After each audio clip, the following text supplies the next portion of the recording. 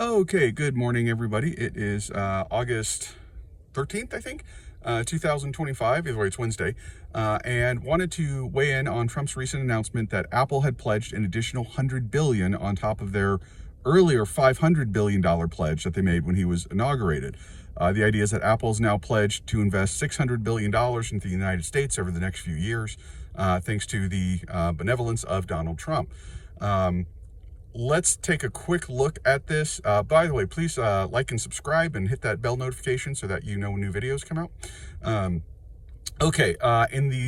When Biden was inaugurated, Apple made a similar pledge. They pledged $430 billion over the next 4 years. Biden did the press conference, woohoo, it was great. And over the next 4 years, Apple invested about 10% of that. Their total investment in the U.S. over the last 4 years was about $43 billion, roughly speaking. So the idea that the idea that Apple is going to invest $600 billion in the next 4 years is simply farcical. It's not going to happen. Now, by the way, this is standard operating procedure for Apple. They did, again, something very similar with Biden. They did something similar when Trump was first elected. I believe they pledged $350 billion then. So 350, 400, 430, 600, that's 1.4 trillion, somewhere in that neighborhood. So, I mean, if you buy that, good luck with that. What was really interesting, though, about this most recent pledge by Apple was they showed up at the White House and the CEO of Apple walked in with a 24-karat gold engraved gift for Donald Trump and gave it to him. He then made gave him the press statement of the additional $100 billion pledge, which again is never going to happen, and then walked out with tariff waivers. So basically what happened is the CEO of a Fortune 500 company walked into the White House. This was all televised, by the way, bribed the president with a 24-karat gold personalized gift, gave him a big press release, and then got tariff relief. You may have noticed I've pointed out things like this happening before. This happened, say, with the Qataris and the Saudis. What we are seeing from this White House is a very clear pay to play. If you bribe the president, you will get tariff waivers. This is why the functional tariff rate through the end of July is around 9%.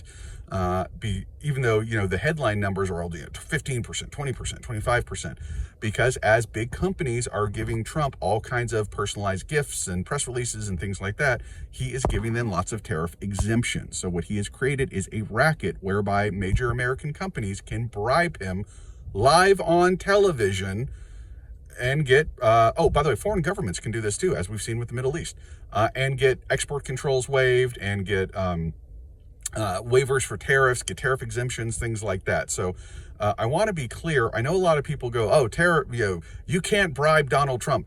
No, not only can you bribe it, he insists on being bribed. He does it very, very publicly. He's not trying to hide it. He is holding press conferences and having news stations come in and film the bribes. And for some reason, everyone's just kind of going along with it. So I don't get that part. But I want to be clear on the, if you're holding out for $600 billion over the next 4 years coming in from Apple, it is not happening. You're not going to get 600, you're not going to get 500 or 400 or 300 or 200. You never know. Maybe with all the AI and data centers, maybe you get 100. But my guess is we'll be looking at, somewhere, they did 43 the last 4 years, something along those lines. Maybe it's 38, maybe it's 52, something like that. I mean, that's still a lot of money to be invested. Apple's a big company, one of the very biggest companies in the world. They're an American company. America's the biggest economy, the biggest market. They're going to be investing in the United States, and they'll be investing tens of billions of dollars. That is going to happen. But that was always going to happen. Just like it was always going to happen when Joe Biden became president. One of the things that drives me crazy is that our politicians have convinced us that corporations only invent a new product or build a factory or build a data center solely and strictly because the government helped them to do it. And without the government, none of this would happen. That is just utterly and completely false. But either way, I'm getting on a little bit of a tangent here, so I'll stop that. And the point is that that $100 billion pledge is meaningless. It is yet another in this very long line of utterly farcical numbers announced by the Trump administration. The fact that he was just bribed on TV and everyone went along with it is the part that's just blowing my mind. But either way, that's where we're at. If you're a small business, you cannot afford the bribes. You cannot afford the multi-million-dollar price tag for the dinner with Trump at Mar-a-Lago. You cannot afford the multi-million-dollar investment in one of the Trump properties, things like that. So you are out of it. If you're a Fortune 500 company, open up the checkbook, make the payment, and you're going to get whatever you want. All right, bye-bye.